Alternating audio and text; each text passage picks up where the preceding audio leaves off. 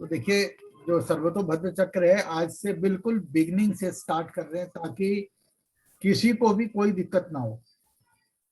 We will start from the beginning, एकदम basic चीजें शुरू करेंगे। आपको केवल क्या करना है, you have to write a small notes about the rules, है ना। छोटी छोटी चीजें जो कि प्रिडिक्शन में ही काम आ जाएंगी। और वो क्या होगा, कुछ गलत प्रिडिक्ट करने से भी रोकेंगी आपको। तो इस हिसाब से लेके चलते हैं। तो सबसे पहले जो है ना, एक स्क्रीन शेयर कर लेते हैं।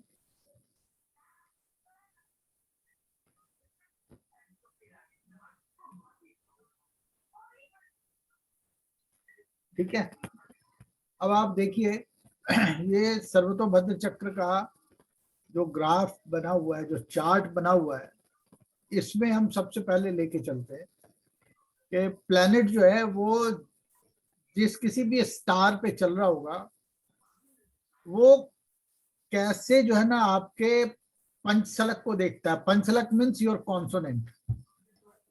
पंचसलक means your moon birth sign, moon star, name letter according to the star पदा, एंड वॉवेल जो स्वर होता है व्यंजनों का, और आपकी तिथि और दिवस।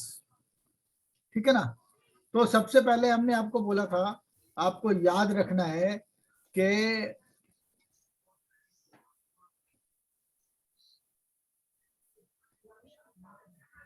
आपको याद रखना है कि प्लैनेट जो है सन, मून, राहु और केतु जहां भी होते हैं ट्रांजिट करते हुए जिस स्टार पे भी, वहां से वो तीनों डायरेक्शंस में एस्पेक्ट करते हैं, है ना।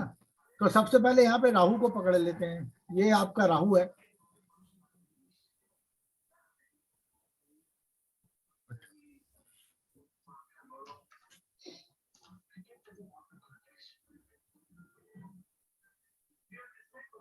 ये राहु है।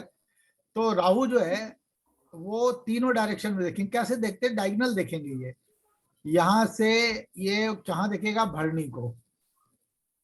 ये बैकवर्ड हो गया। बैकवर्ड क्यों हुआ, क्योंकि ये हमारा क्लॉकवाइज चलता है ना। पहले ऐसे चलेगा, फिर इधर आएगा, फिर इधर आएगा, और फिर इधर आएगा, है ना। तो ये बैकवर्ड हो गया, यानी अपने से पिछली दिशा में।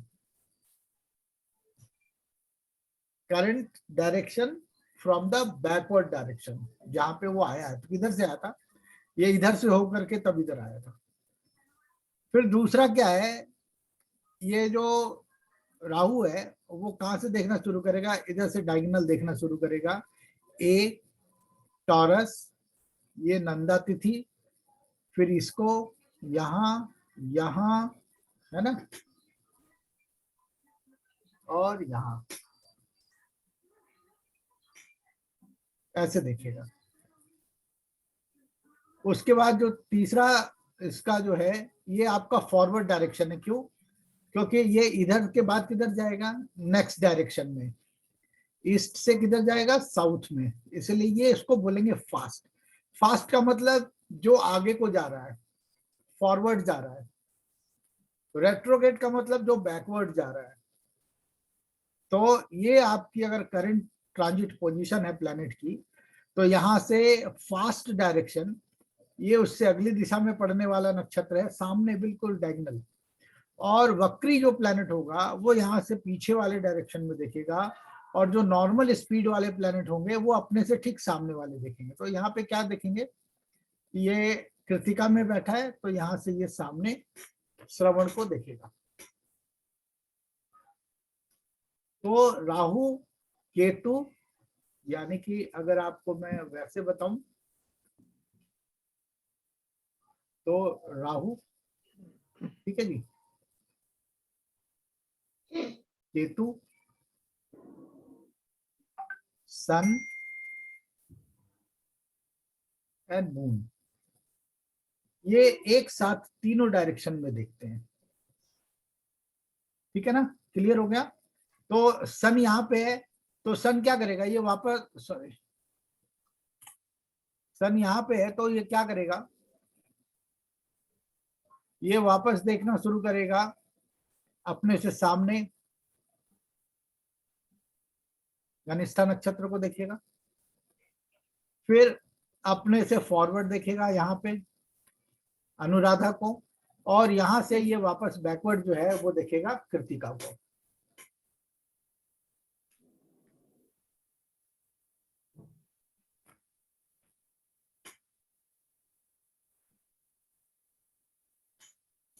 क्लियर हो गया? कोई दिक्कत तो नहीं आई?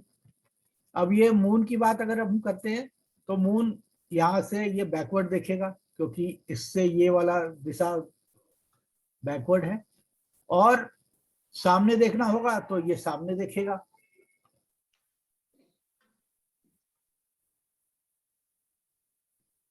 पुष्य को ज्येष्ठा से, और इसको यहां देखना है तो ये क्या देखेगा, अश्विनी को देखेगा यहां से, तीनों डायरेक्शन में। तो आपको सिर्फ क्या ध्यान रखना है कि बाकी के जो 5 प्लैनेट हैं, 5 प्लैनेट कौन से हुए? Mars, mercury, Jupiter, Venus and Saturn. ये अपनी स्पीड, यानी कि जो ट्रांजिट की जो स्पीड है, वो जितनी तेजी से चल रहे हैं नक्षत्रों पे, तो कभी वो फास्ट होते हैं, अतिचारी होते हैं, कभी वो वक्री हो जाते हैं, रेट्रोगेट होते हैं, और कभी वो नॉर्मल स्पीड में होते हैं। तो वो कैसे देखेंगे? और आपके पास सॉफ्टवेयर ना हो तो कैसे पता चले कि वो किधर देख रहा है ना? तो उसके लिए जो तरीका है वो मैं आपको बहुत शॉर्ट में समझा देता हूँ, किस प्रकार से देखिएगा वो।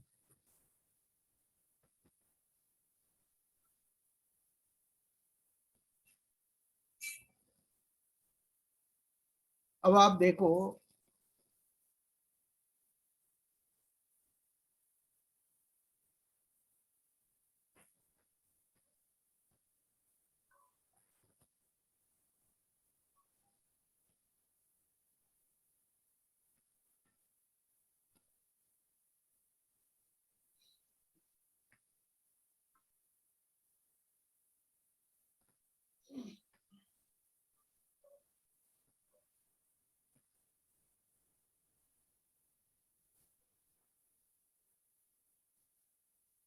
अब आपको सबको मालूम है कि जितने भी भाव हैं, हाउसेस है ना, उनका जो ड्यूरेशन है वो कितना है? 30 डिग्री का, है ना? सबको पता ही होगा। तो 1 डिग्री जो होता है ना, ये इजिकल टू होता है 4 मिनट के। ठीक है जी। अब 30 डिग्री की अगर हम बात करें तो ये क्या होगा, मल्टीप्लाई बाई अगर हम 4 करें तो कितना होगा? 120। 120 का क्या मतलब होता है? 2 घंटा, इजिकल टू, तो 12 घर हैं, तो 12 को अगर हम मल्टीप्लाई करते हैं 2 से तो 12 दूना 24, यानी एक दिन के अंदर में मेष राशि से मीन राशि पूरा का पूरा चक्र घूम जाता है। ठीक है जी। तो यहाँ पे जो कंडीशन है पता लगाने के लिए कि कोई भी प्लैनेट फास्ट कब होगा, तो उसका जो तरीका है पता करने का, हमें ये देखना है कि सन कहाँ पे है, सन की डिग्री क्या है। कहीं पे भी हो, सन की डिग्री देखिए। तो सपोज कर लेते हैं कि सन यहाँ पे 15 डिग्री का है ना, 15 डिग्री का, और यहाँ पे ये सपोज कर लो ये मेष राशि है, एरीज। ठीक है जी। तो यहाँ पे आपको मेष राशि के अंदर में अगर सूर्य 15 डिग्री का है ना, तो सूर्य से 60 डिग्री आगे और 60 डिग्री पीछे जो प्लैनेट होंगे वो स्पीड उसकी फास्ट होगी, और ऐसे में वो जिस किसी भी डायरेक्शन में जिस किसी भी स्टार के ऊपर ट्रांजिट कर रहे होंगे, at any given point of time, a planet will transit in any star transiting within the 60-degree backward and forward from the sun. The speed of that planet will be fast.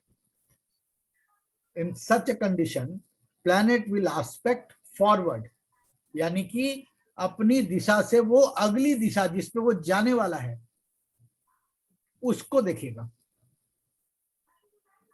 ठीक है, तो कैसे, कहां से कहां तक होगा?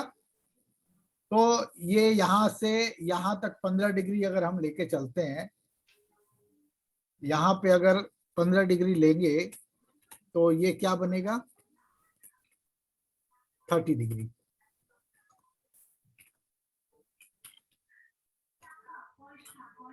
है ना? सूर्य के 15 डिग्री से यहां पे 15 डिग्री क्या बनेगा? 30 डिग्री। और यहां से अगर हम यहां चलें 15 डिग्री पे तो ये बनेगा 60 डिग्री। तो सूर्य की जो डिग्री है वहां से 60 डिग्री आगे और वहीं से 60 डिग्री पीछे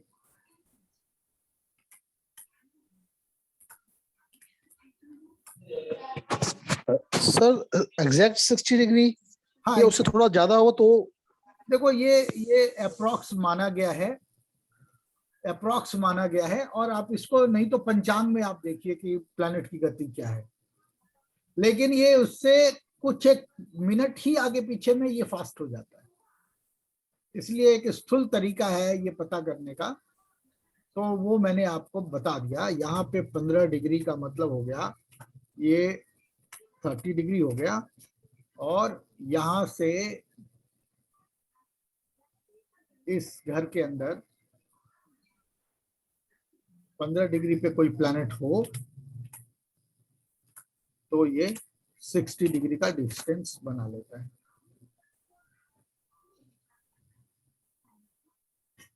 ठीक है ना? अब कई बार कई लोग बोलेंगे कि यार 60 डिग्री, ये 30 डिग्री, ये 30 डिग्री, 60 डिग्री हो गया, यहाँ क्यों जाए? तो वो तो जाना पड़ेगा ना। क्यों जाना पड़ेगा? है ना? क्यों जाना पड़ेगा? क्योंकि यहाँ डिग्री से लेना देना है। अगर एक यहाँ 1 डिग्री पे कोई प्लैनेट होता ना तो यहाँ 1 डिग्री होती और फिर यहाँ पे 1 डिग्री में ही 60 डिग्री पूरा होता। तो आपको ये डिग्री सूर्य की डिग्री से लेके चलना है। ठीक है ना? अब देखिए रेट्रो कैसे होता है प्लैनेट।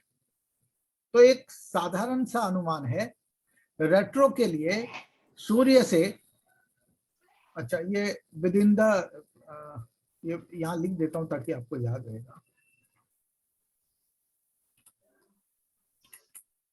फास्ट। सर ये फास्ट ग्रह किधर की तरफ देखेंगे सर? फॉरवर्ड, अपनी दिशा से अगली दिशा में।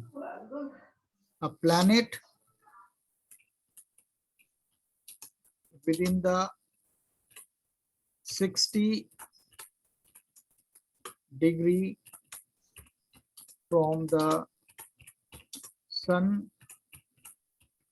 पोजीशन, है ना, बैकवर्ड और फॉरवर्ड will be fast। ठीक है जी, यहां तो किसी को दिक्कत नहीं हुई? जी सर ठीक है। अच्छा, इसके बाद चलते हैं कहाँ पे?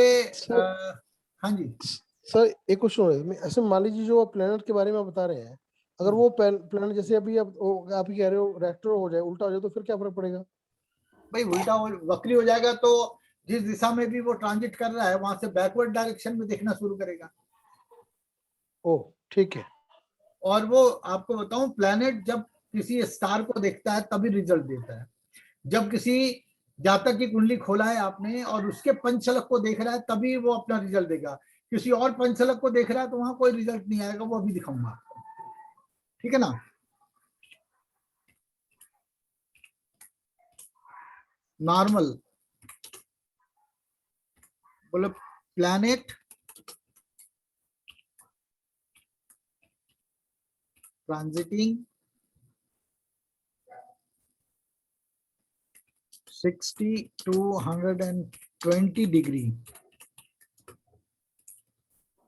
from sun position will be in normal speed. In that case,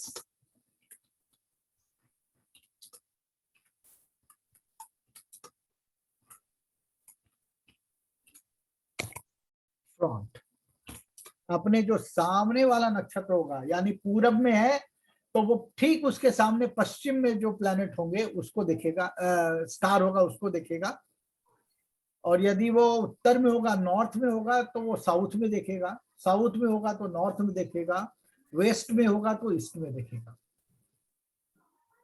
is it clear? Yes sir. ये जो सर अभी आपने लिखा है ना सर, ये थोड़ा सा समझा दीजिए ना नॉर्मल का।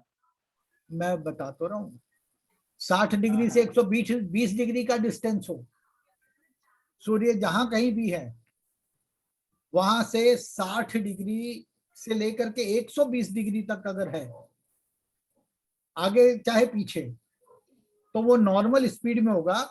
और जहां कहीं भी होगा, वहां जिस नक्षत्र में भी होगा, वहां से वो अपने सामने वाले ही स्टार को देख पाएगा।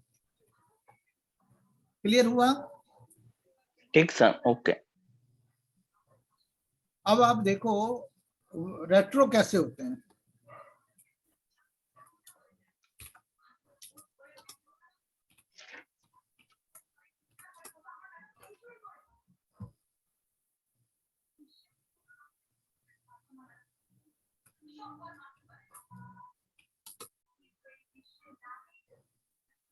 ये जो पांचवा घर है ना, पांचवें से नवा घर, तो ये क्या बना, 30, 30, 60, 120 है ना। 120 से लेकर के फिर 150 और 150 से लेकर के, यानी कि आपका मैं बोलूं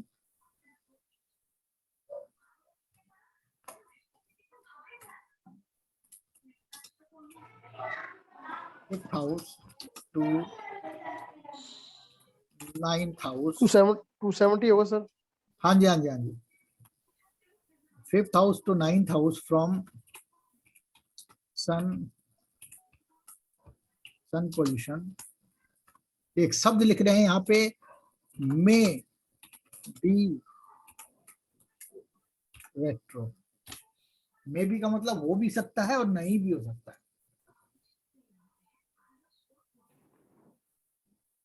यानी कि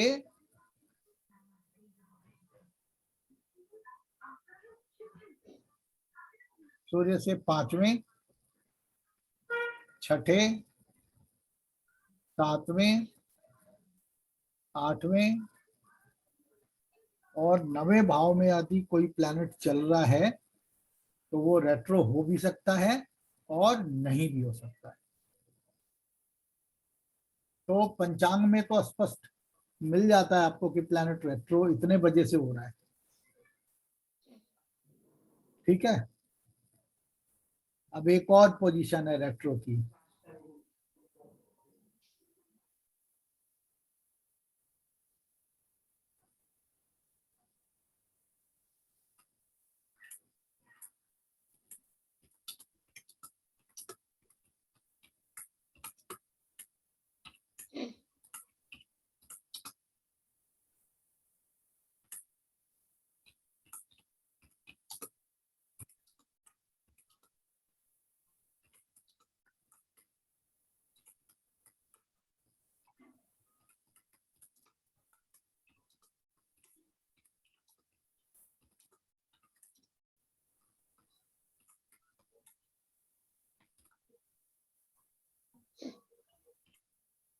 सूर्य से 60 डिग्री जो प्लैनेट आगे है, चल रहा है, सूर्य क्या करता है?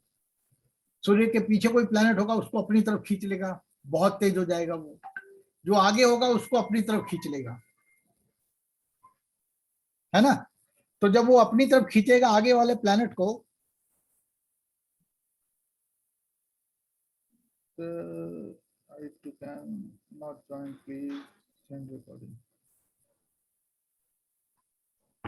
ठीक है ना? तो जो प्लैनेट सूर्य से, यहाँ पे सूर्य है, उससे 60 डिग्री आगे है, तो सूर्य उसको अपनी, हर चीज को सूर्य अपनी तरफ खींचता है, तो संभव है कि जो उसके आगे चल रहा है उसको भी अपनी तरफ खींच ले, तो वो रेट्रो हो जाए। तो यहाँ पे ध्यान क्या रखना है कि जो प्लानिटरी पोजीशन है, ये आपको बहुत ध्यान में रखना है। पंचांग को कंसल्ट करना है या ऐसा कोई सॉफ्टवेयर लेना है जिसके अंदर ऑटोमेटिक आ जाए, तो आपकी प्रेडिक्शन जो है वो बहुत अच्छी जा सकती है। ठीक है। अब दूसरी बात, क्या एस्पेक्ट करेगा, है ना?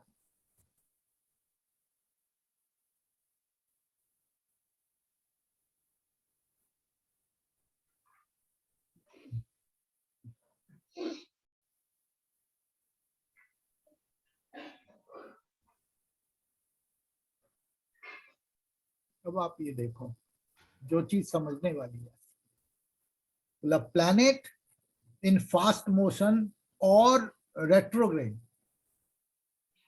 will aspect consonant also,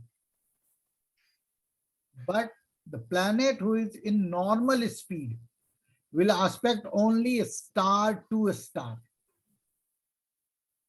Okay, now see what exactly I want to say. Well, what I will say, if you are, if we are checking Jupiter, so Jupiter is right now in normal speed. In this case, Jupiter will aspect Ghanista to Vishakha only. These, yeah, this is the consonant name letter. The planet in normal speed will never aspect consonant.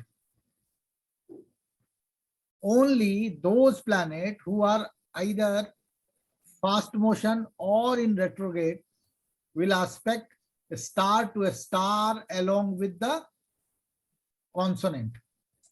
Like Rahu. Rahu is not aspecting this vowel U, because Rahu in normal speed is aspecting only Shravana Nakshatra. But being retrograde, being fast motion, it is aspecting this Nanda Tithi along with Vishakha. Okay. The planet. Sir दोबारा repeat कीजिए, समझ नहीं आया। Sir वो English में sir थोड़ा problem आती है, अभी मिक्सचर चलेगा सर थोड़ा? हिंदी में भी बोलूंगा, हिंदी में भी बोलूंगा। हाँ ठीक है सर, ओके। अब देखो ओके सर, राहु है ना, ये जो राहु है सर, एक बार काइंडली राहु से पहले रिपीट करें, क्योंकि वो ना वॉल्यूम, आवाज आपका वॉइस चला गया। अच्छा, चला गया था क्या? मे बी मेरा चला गया वो। हाँ, वो कोई बात नहीं, मैं दोबारा से रिपीट कर देता हूँ। इसको ना इस तरीके से ले लेते हैं। स्क्रीन प्रिंट लिया तो समझाने में आसानी रहेगी। ठीक है। और 1 मिनट।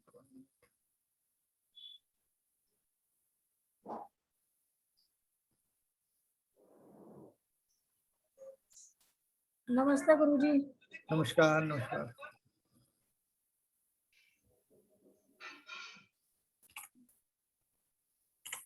ये ले लिया हमने, यहाँ आपको थोड़ी सी आसानी रहेगी। अब क्या नहीं, ये जुपिटर जो है ना अभी नॉर्मल स्पीड में है। Yes sir. क्यों नॉर्मल स्पीड में? आप देख सकते हैं सन का है यहाँ पे, तो एक नक्षत्र 13 डिग्री 20 मिनट का होता है ना? 13 20 13 20 13 20 13 20 13 20 13 20, तो करते करते क्या हुआ, ये बड़ा दूर चला गया, यानी कि 60 डिग्री से ज्यादा है और रेट्रो नहीं है, इसलिए ये नॉर्मल स्पीड में दिख रहा है।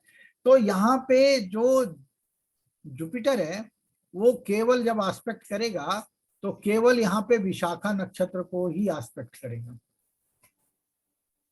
है ना। यहाँ पे केवल विशाखा नक्षत्र को ही आस्पेक्ट करा। अब ये अगर मैं उसको बोलूं या जो इस चार्ट का कॉन्सोनेंट है उसको नहीं करेगा, यानी कि जो प्लैनेट नॉर्मल स्पीड में होते हैं वो किसी भी कॉन्सोनेंट को नहीं देखते, वो केवल स्टार से स्टार को देखते हैं। लेकिन ऐसा कोई प्लैनेट जो कि रेट्रो हो या फास्ट हो, वो क्या करेगा, वो देखेगा। जैसे यहाँ पे वीनस फास्ट है, क्यों? क्योंकि ये सूर्य से 60 डिग्री के अंदर है। ये 13-20 13-20 26 और ये 13-20 13-20 52 ही होते हैं, इसलिए ये फास्ट है। तो ये जो वीनस है वो किसको देखेगा, यहां से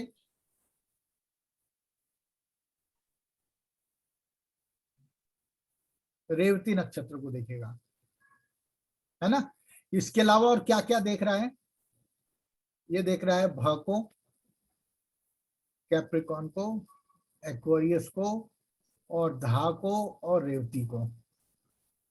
लेकिन केवल जो रेवती को देख रहा है ना, इसका तो रिजल्ट हो सकता है, लेकिन ये धा, एक्वेरियस, कैप्रिकॉन, भ इसका नहीं होगा। क्यों? क्योंकि इस जातक का ये कॉन्सोनेंट है ही नहीं। मेरी बात क्लियर हो गई? उसके कॉन्सोनेंट तो यहाँ पीले कलर में पैच में मार्क किए हुए हैं। इसलिए जिसकी कुंडली आप देख रहे हैं, अगर प्लैनेट ट्रांजिट करते हुए उस कॉन्सोनेंट्स को देख रहा है, तभी उसका रिजल्ट बोलेंगे। अच्छा और बुरा क्या होगा ये अलग बात है। लेकिन यहाँ पे ऐसा नहीं कि राशि को बोल रहा है, एक्वेरियस और कैप्रिकॉन दोनों को बोला तो फल बता दिया, नहीं, ये उस जातक का नहीं है। पंचसलक जो लेंगे वो उस जातक के चार्ट से लेंगे। मेरी बात पकड़ में आ गई? Okay sir. यहाँ तक तो किसी को दिक्कत नहीं है? सर इसी को वेद करना बोलते हैं क्या? वेद वेद जो शब्द होना, आया है बार बार, करना, ये सब एक ही बात है। हिट करना, ये अच्छा सब एक अच्छा ही बात है। ठीक। हाँ मतलब ये वेद हो रहा है, मतलब इनसे, या से और हाँ। कैप्रिकॉन से और इन सब से, वैदिक है ना? वैदिक वैदिक ज्योतिष में दृष्टि से जब किसी को देखते हैं तो उसको बोलते हैं वेद करना। अंग्रेजी में बोलते हैं एस्पेक्ट, है ना। बस इतना ही है। तो ये आपको दो बातें अभी मैंने बताई हैं। एक तो ग्रहों की स्पीड ऐसे लेते हैं, कब वक्री कब मार्गी बनते हैं। दूसरा सर एक हाँ जी क्वेश्चन था सर जो मरकरी है वो तो कभी भी सन से 60 डिग्री से ज्यादा जाता ही नहीं, तो वो तो हमेशा फास्ट रहेगा। क्यों भाई? वक्री नहीं होता। जो मरकरी है वो कभी वक्री नहीं होता। जी होता सर। 45 डिग्री से ज्यादा नहीं जाता वो सूर्य से आगे पीछे, जी कभी जी भी जी नहीं जाएगा 45 डिग्री से बाहर। जी सर। लेकिन वो वक्री तो होता ही है। वक्री होगा तो उल्टा देखना शुरू करेगा, है ना। नहीं तो उसको फास्ट नहीं काउंट करेंगे वक्री समय में? अरे वक्री को फास्ट कैसे काउंट करेंगे भाई? अगर यहाँ पे ये आपका जो मरकरी है, अब ये देखो, अगर मैं बात करूं ये फास्ट है तो ये स्वाति, री और ज्येष्ठा को देखेगा, बर्थ स्टार को देखेगा तो उसका रिजल्ट आएगा। लेकिन अगर ये यहीं पे ये वक्री हो जाए तो ये देखेगा र, वर्गो, ओ और जेमिनी को, है। फिर देखेगा वो और भ और फिर रोहिणी को। तो फर्क हो गया ना। अभी वो रोहिणी को देख रहा है। रोहिणी बर्थ स्टार को कोई प्लेनेट जब देखता है ना तो शारीरिक रूप से बहुत सुख और बहुत दुख होता है। पाप ग्रह देखेंगे तो दुख पड़ जाएगा। तो यहाँ पे तो वो आपके ज्येष्ठा नक्षत्र जो उसका खुद का बर्थ स्टार है, तो यहाँ पे रिजल्ट कुछ और होगा। और वहां पे रोहिणी अगर इसका बनेगा कोई सेंसिटिव तो उसका रिजल्ट कुछ और होगा। दोनों में फर्क ओके सर। आप देखो क्या है, ये आप केवल समझाने के लिए मैं आपको बता रहा हूं। आप इसको कैसे समझते, जो आपने प्रश्न पूछा उसका उत्तर दे रहा हूं। आप इसको देखो, ये छोटा है ये बड़ा है, तो आप जी इसको सर। दो तरीके से बोलेंगे, लेकिन दोनों का अर्थ अलग अलग है। ये बिग नहीं बोलेंगे, इसको क्या बोलेंगे, टॉल बोलेंगे या लॉन्ग बोलेंगे, फर्क हो जी जाता है सर। ना शब्द का। जी जी सर।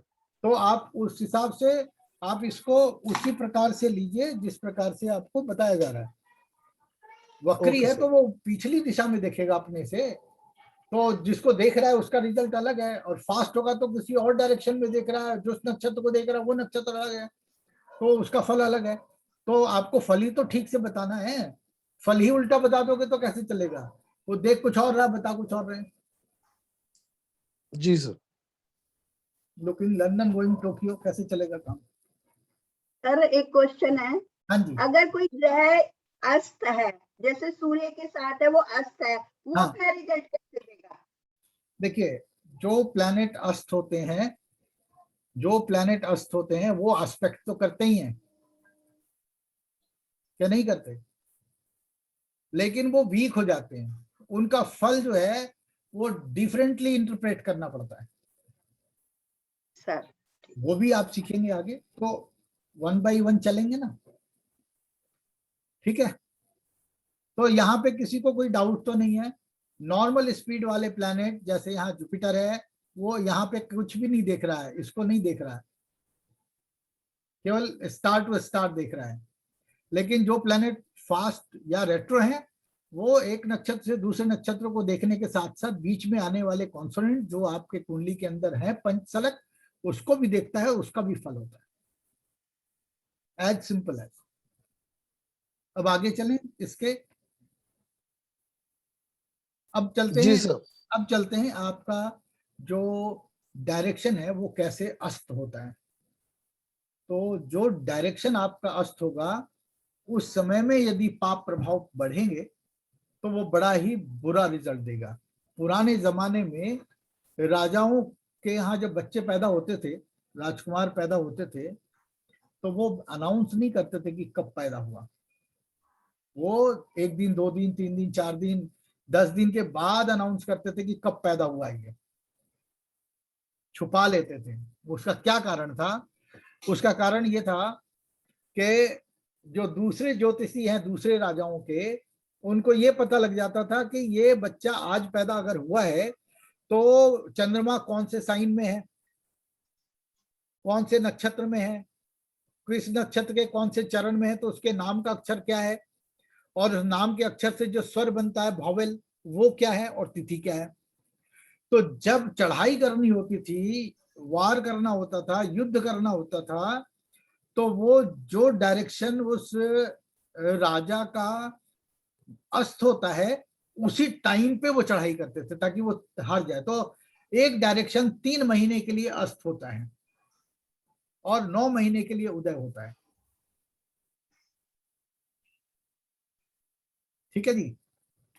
तो हर डायरेक्शन में अलग अलग जो है ना वो आपके पंचलक पड़ सकते हैं, लेकिन वो जातक ज्यादा डेंजरस हो जाता है, मतलब ज्यादा भय में आ सकता है, जिसके मैक्सिमम जो कॉन्सोनेंट है पंचलक वो एक ही डायरेक्शन में पड़े और वो एक साथ अस्त हो।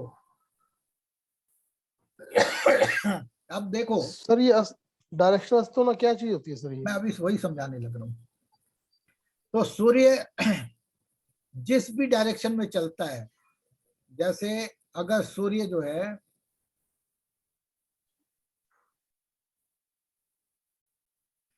वो कृत्तिका, सॉरी,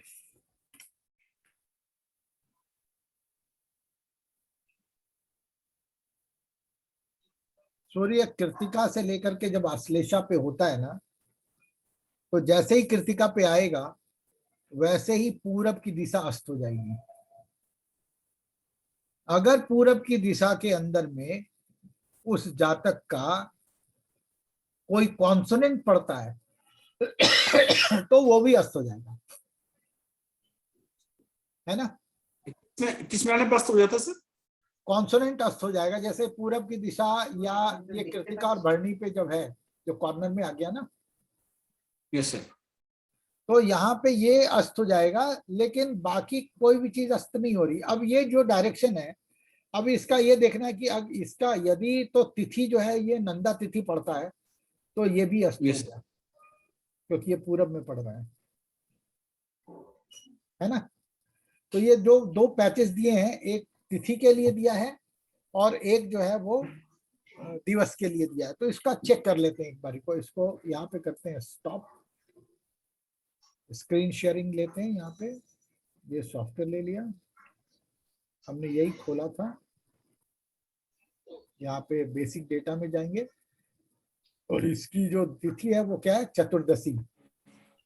सॉरी चतुर्थी है, यानी रिक्ता तिथि है ना। अब आप आ जाओ,